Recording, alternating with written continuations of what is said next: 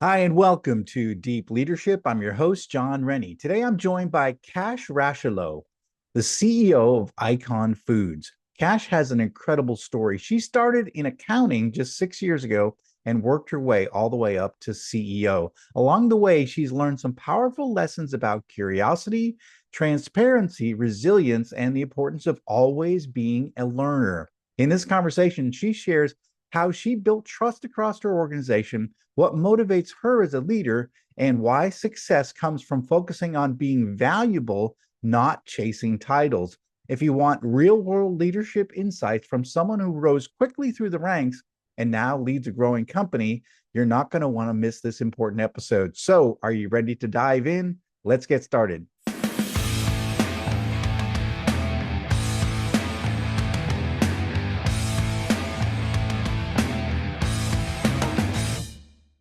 Today, I'm joined by Kash Rocheleau. Kash is the CEO of Icon Foods, which specializes in supplying the health food industry with natural alternatives to sugar. She has a strong background in finance, accounting, and legal matters such as acquisition negotiation, trademark applications, and regulatory compliance. It's in the 6 years at Icon Foods, she moved from working in accounting to become the CEO. Now I'm excited to have her on the show to learn from her leadership experience and how she successfully managed her career. So, Kash, welcome to the show. Oh, thank you so much for having me. Well, it's great to meet you. And as I mentioned before we press record, we've had a lot of academics on lately. Mhm. So I'm kind of excited to talk to a practitioner, someone that's in the trenches right now and dealing with what it's like to be a CEO in today's very complex world that we operate businesses in today. So I'm excited to have you on the show to talk about it. But I wanted to start off, tell us a little bit about how you got to where you are today. And then I think probably our listeners would be curious, how did you do it so quickly? You rose very quickly in Icon's Food, which is commendable, and you probably can give us some advice for our listeners in terms of how to manage our careers properly. Yeah. So I grew up in a very traditional household. My parents are still married, and I met my husband shortly outside of college, and we were very quick to realize that this was going to work. We weren't willing to wait. And shortly after we got married, we started to try to have kids. And I had always dreamed of being a mom, and it just was not happening as planned, as much of life doesn't. There was a lot of infertility, quite a few miscarriages. And so when we finally had success in having my first, I just was so excited to stay home. I was awarded the opportunity where we were in a place where we could financially make it happen.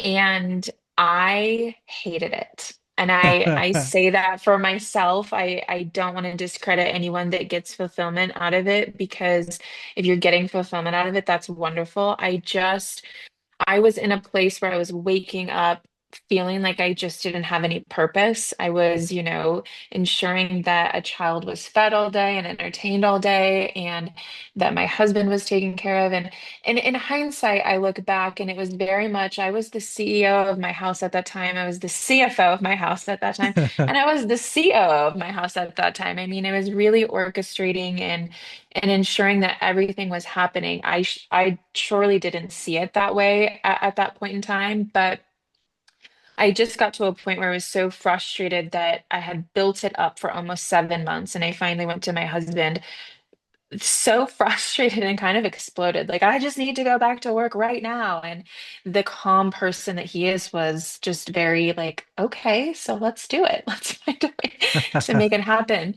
And I wasn't really sure what I wanted to do. My degree was in business. It wasn't specialized in any one area of business. And Icon Foods was looking for an executive assistant to a CFO at the time. And in my brain, all that I'm thinking is, this is the foot in the door. It gets me out of the house. It gives me some new lessons, which I love to learn. I've been a lifelong learner, and I see that for the rest of my life. And there was just a lot of opportunity. I just saw a lot of opportunity within the company. And so I came in, and about at 5 or 6 months after I came in, the CFO at the time was having some personal family issues that she needed to relocate back home to be with family. And she convinced the CEO and founder at the time that I could completely run the company in the finance department. And at that time, we were only about a $7 million company, which is not anything to, dismiss, but it was certainly something that could be managed by someone with fewer skills and not as seasoned in that department or field. But in that time, in fast growth, it really came from a little bit of scrappiness, and Hmm. I didn't really have the resources that I would have had in a Fortune 100 or Fortune 500 company where I have, 7 layers between me and the CFO to help spreadsheets and SOPs and all of the just the tribal knowledge. And so I had to either go out and find it on my own, whether that be with all of the tech resources that we currently have, or really just inserting myself. I made friends within LinkedIn within the same fields, and I was not afraid to ask the dumb questions, if you Hmm. will. Yeah. I reached out, and if someone was willing to give me the time of day, I took it for every ounce that I could, and and I still do. I mean, there's still people that are way smarter than me in rooms that I walk into, and I look at it as an opportunity to learn and grow versus looking at it as a threat. And I think open mind of I don't know everything. I'm gonna go and get what I need regardless of how I have to get it. It's kind of that fight or flight, sink or swim mentality. You elevate quickly. You learn things that you never thought you would have learned. And in that, I had people that gave me the why behind something. It wasn't just, well, at the end of the month, you have to reconcile the bank accounts. There was a deeper meaning into why we do this, which really opened my brain to wanting to learn what's going on in the business and all of the cogs that go into making this machine work. And so while I'm learning everything I can in this finance and accounting area, I also took it upon myself to learn, the type of customers that we work with, the customers that we do the most business with. Why do we do that? What are they taking? I went out on the warehouse floor and I learned the production process, why we process things the way we do.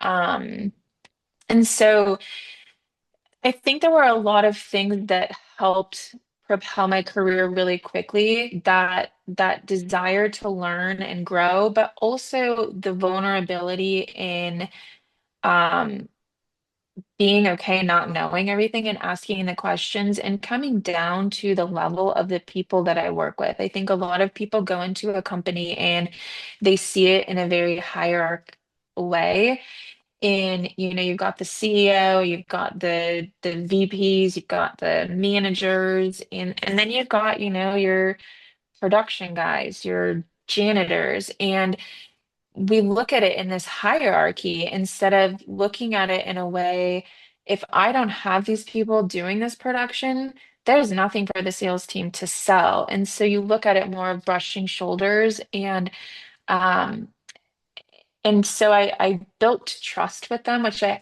also attribute a lot of my career growth to, in coming down to a level with all of the people that help make me successful, um, and appreciating why I get to sit where I sit. You Very know, long answer, sorry. no, it's a great answer. You know what? One of the things I'm hearing here is, your one of the things I talk about in terms of what I learned in the submarine force is that we used to call it earn our oxygen. So when you came on board as someone new, there was a high level of a positive peer pressure to get qualified quickly. So you learned everything about that submarine, so you could be a valuable member of the crew, because before you were qualified, you're basically eating the food and breathing the oxygen of people who were protecting the boat and knew what they were doing. So when I got to corporate, I spent a lot of time, like I felt like I need to learn everything, I need to understand everything, and so I was sort of that same hustle mindset, where I went from a cubicle to the corner office in 4 years. Similar story, but for me it was that I had done it before in the military, so I kind of knew I had a DNA. I sort of had it encoded in me to do it. I'm trying to figure out, where did you get this drive and this push and the curiosity, the humility, the desire to do whatever it took to be able to learn and build relationships? Where did that come from? I'm curious. Was it, the way you were raised? I mean, is it just your natural, tendencies? I don't know. I'm curious. I think it's a little bit of both. Like I had great parents that really instilled in me that I could do anything I wanted to do. I mean, Mm, even today when I call my mom or my dad on anything, whether it's failing at parenting, failing at marriage, failing at business, the feedback and advice that I get from them to this day, which was true when I was growing up, is the only ceiling you have over yourself is yourself, right? If mm, you're failing at your marriage, then be the bigger person. Yeah, you want him to apologize, go apologize first. Your son is yelled at him, like go make it right. So I think a lot of it is attributed to my parents and the confidence that they instilled into me. I think the other piece of it is I grew up as an athlete. And so mm, I was awarded a lot of um those principles of being in sport and discipline, and that, you know, you don't have to be the most talented on the team, but you do have to work the hardest if you're not. Um, I grew up in a time where it really wasn't participation, right? There was winners and losers, which, has its pros and cons, but I learned how to lose growing up, which I think is a very valuable lesson that today's generation is not as fortunate in the way that we play sports. So I think sports played a really big piece in this. And I would say that just the natural tendencies in me, I'm very type A. So I don't like to lose. I don't like to be less than perfect, which you're never perfect in my world and industry. So it's a challenge every day. So yeah, a little bit of upbringing, a little bit of the discipline of sports, and a little bit of just my DNA. yeah, yeah. What's interesting is, when I hear your story, people, I often talk to young people and they're like, well, how do you get ahead? How do you move ahead? How do you, if, how do you get recognized and move ahead? Especially a lot of young people coming into big companies. And I teach a lot of college students. But I think one of the things I often talk about is the idea of, you just coming in and being a valuable member of the team and try to find ways that you can contribute. Like I said, my submarine analogy was I wanted to be qualified. I wanted to be an asset and not a liability. And so Mhm. my drive was like, I don't want to be a liability to this company. I want to be an asset. And I want to be as much of an asset as possible. Um, did you find that did you have any peers that looked down or did not like the fact that you were, a hustler and you're working hard and you were because I think sometimes, people might negatively look at that. Oh, look at her, she's trying to get advanced, she's trying Mhm. to, but or did you find a lot more support when you were sort of learning and growing in your roles? Yeah, I certainly had people. I mean, I think this happens in any company, any industry. When you have someone that's kind of stepping out of the bounds of their Yeah, department or yeah. cubicle, what have you, I think that you ruffle feathers and you make people a little uncomfortable. I think that for me, it was never, and this might be the difference in my mentality. I was never vying for the CEO role. I was Mm, never vying for the CFO role. For me, it was more about, to your point, like I wanted to be an asset. I didn't want to be a liability. And selfishly, I wanted to learn as much as I can because for me, if I am not learning, I'm not growing and I get bored. And the minute that I'm bored, I'm all done.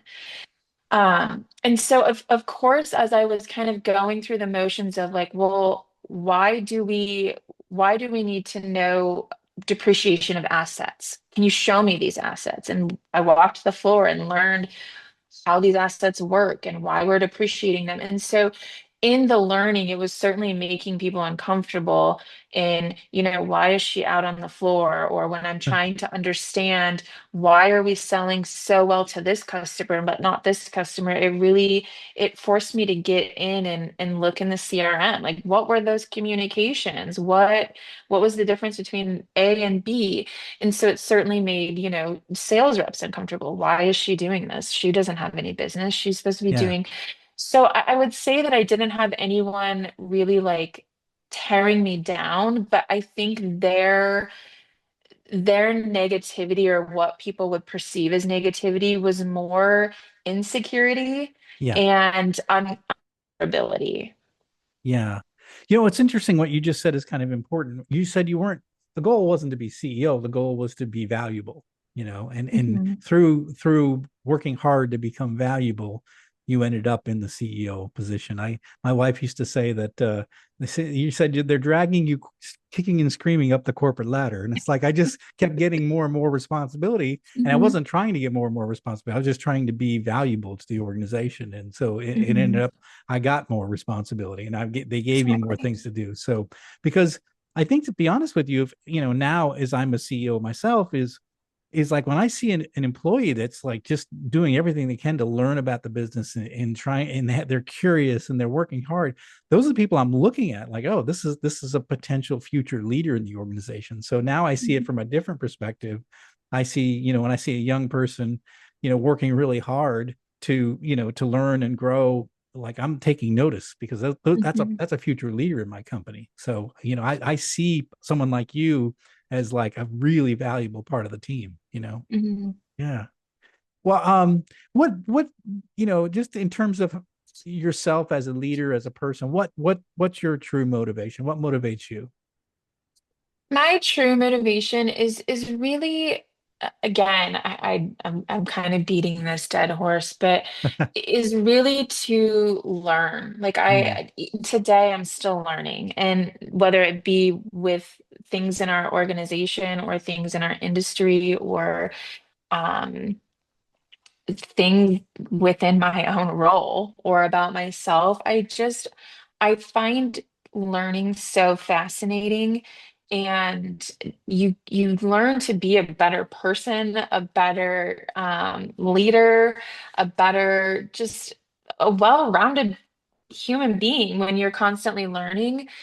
And so for me, the most important thing and the biggest driver is to always be learning, but I would also say giving back. Like when you ask the questions like, what was the goal? It was never to be CEO. I'm certainly grateful and I am grateful for the opportunity to sit in the CEO role, but it the things that bring me the most amount of joy are the reasons that got me there, not getting there. yeah, I love that. It's interesting because I think one of the challenges over the last I've been writing about leadership issues the past 10 years, and I noticed the people that consume the stuff that I either write about or the podcast are people that are on a journey that they want to learn and they want to get better. Mhm.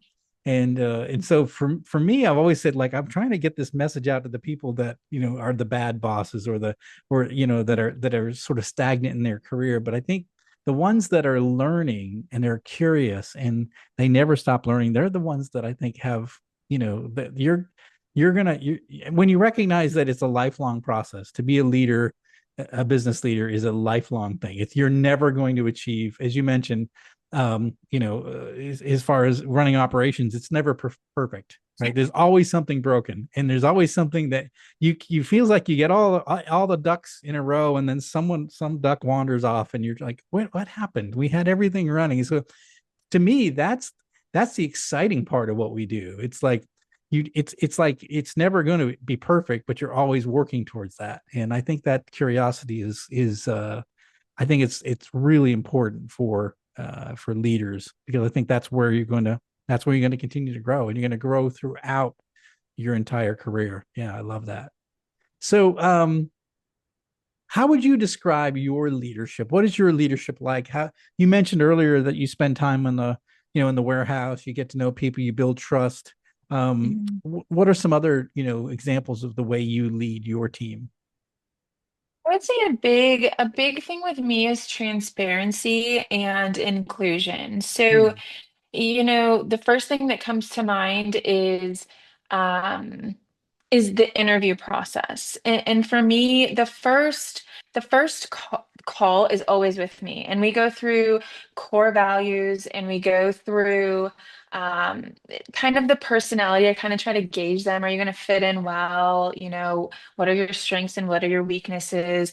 Gauging that. And the second portion of our interview process is always them coming on site and working with the team that they would be rubbing shoulders with.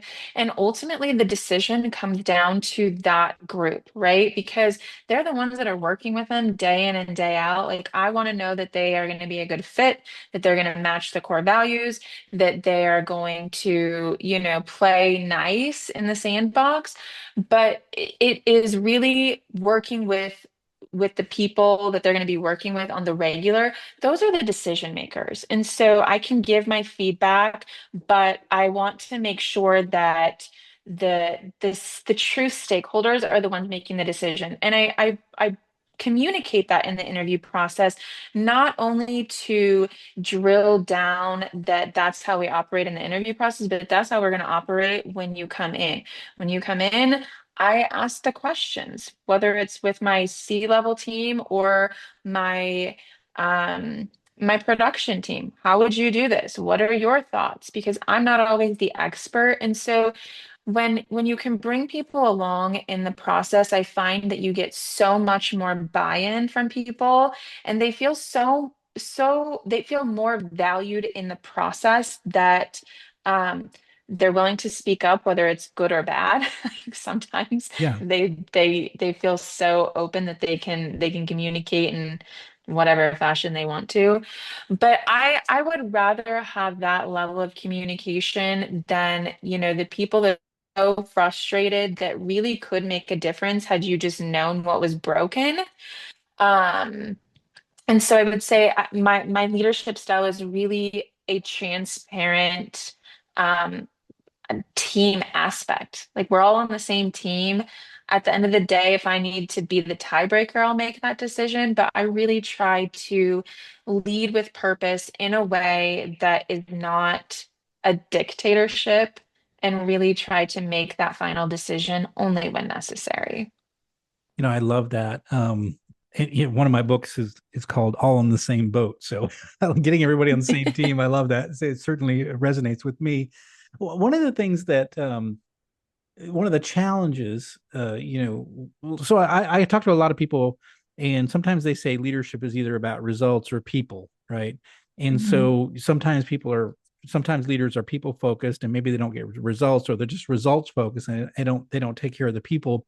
How do you manage that? How do you manage taking care of the people, but also delivering the results in the organization? This is probably a very like young generation answer, but I would say if you take care of people, you get the results. And Okay. some of the more seasoned, mature leaders have been in it for a long time, look at it in a different way. Well, if I get the results and data that I want, then I'll take care of my people. And I think they really have to go hand in hand. um, but what I have found is if you have the right people in the right seats and you have very clear expectations and you take care of those people along the way, meaning it is a contract. Employment isn't a contract, right? They have something that they're bringing to the table. You have something that you've promised. And if one side is not meeting their end of the bargain, there needs to be a conversation. But if you are meeting your end of that contract and you're taking care of them, the results are going to come. I mean, that's my experience. That's fantastic. Carrot and stick, I guess, method that has been the dominating way of previous generations. I love that. Do you have do you find yourself I'd imagine your workforce there's folks that are on your team that are older than you. And Hmm. I one of the things that I get a lot of questions I get asked from college students is, especially when I'm teaching at a master's level, they're like, I'm going to be a leader soon. I'm going to have people that are older than me. How do you deal with some of these issues?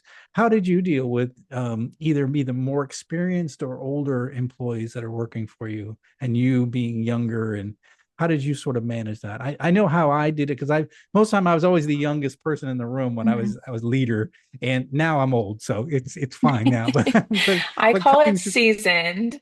Don't call it old, season, call it all seasoned. right, I'm well Um, seasoned. well, seasoned. I would say at first it was really difficult. I think that coming in as a young leader, especially as a female, there was a little bit of a sense of I need to prove that I deserve to be here. And so I certainly fumbled over my feet a little bit at the beginning, but again, I think it comes down to transparency. Just because I'm the CEO does not mean that I'm the expert, does not mean that I Mm, have all the answers.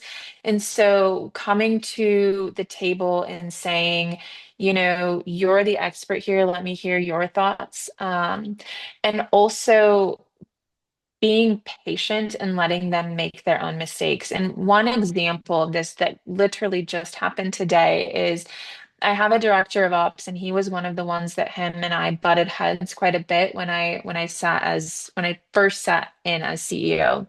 And a lot of it came down to the generation gap. There's a pretty big generation gap between us. And I think that there was a little bit of, she did this way faster. I had expectations for my career and they didn't come to, so some of it was not even me. hmm.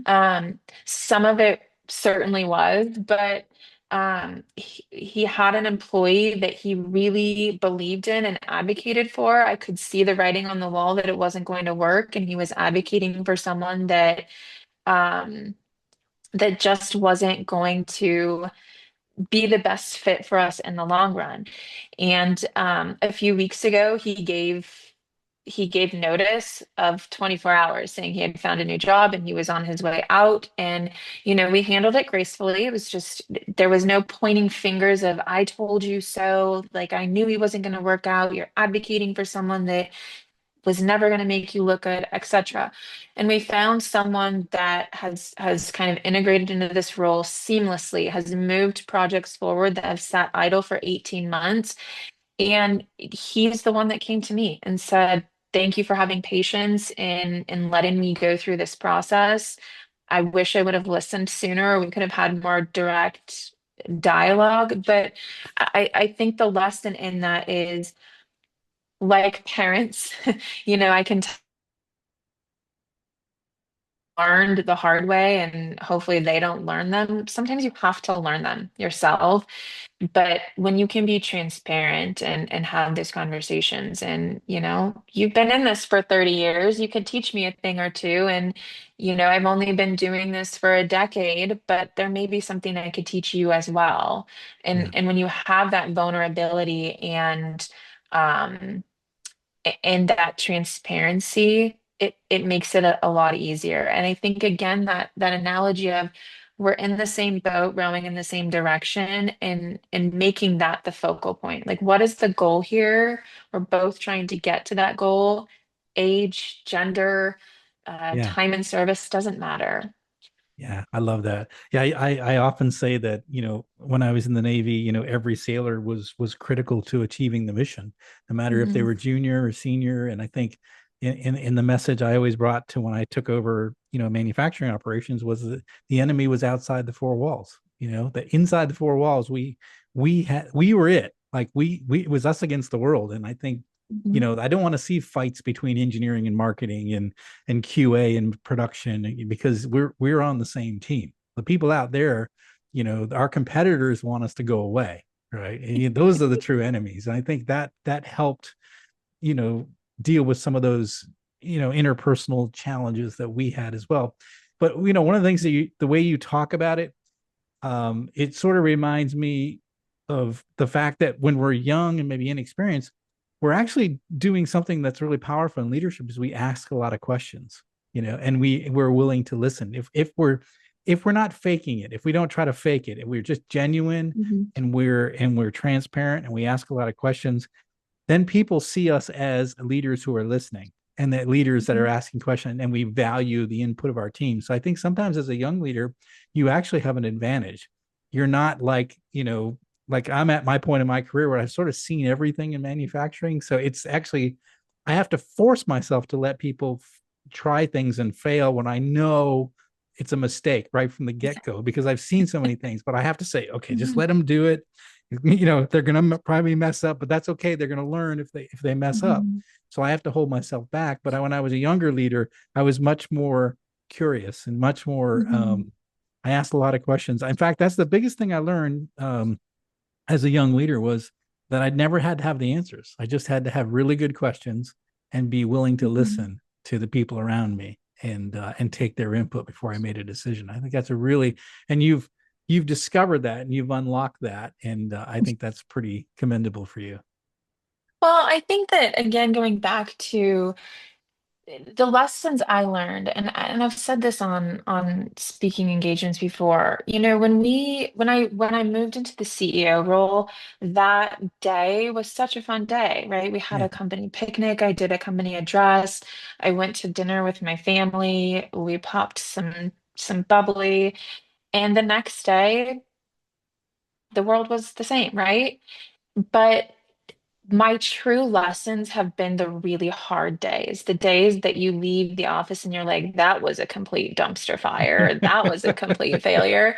But it forces you, I think, for those lifelong learners, it forces you to look at, well, why was it a failure? Why was it a dumpster fire? Like, what went in the dumpster fire? Was it like paper and then we threw fuel in there and then we threw a match? And so you start to really break things down, and that's when you learn. And so I feel like it is really irresponsible to take those opportunities away from people. But to your point, there are some things where you know it's going to be detrimental to the organization or to multiple stakeholders to allow them to go down that path. But for me, if it's something that, it's not going to materially affect any one person or department, let them fail. yeah, And to your point on asking questions and listening, I would say you briefly said something that has like a huge nugget, which I tell a lot of my employees.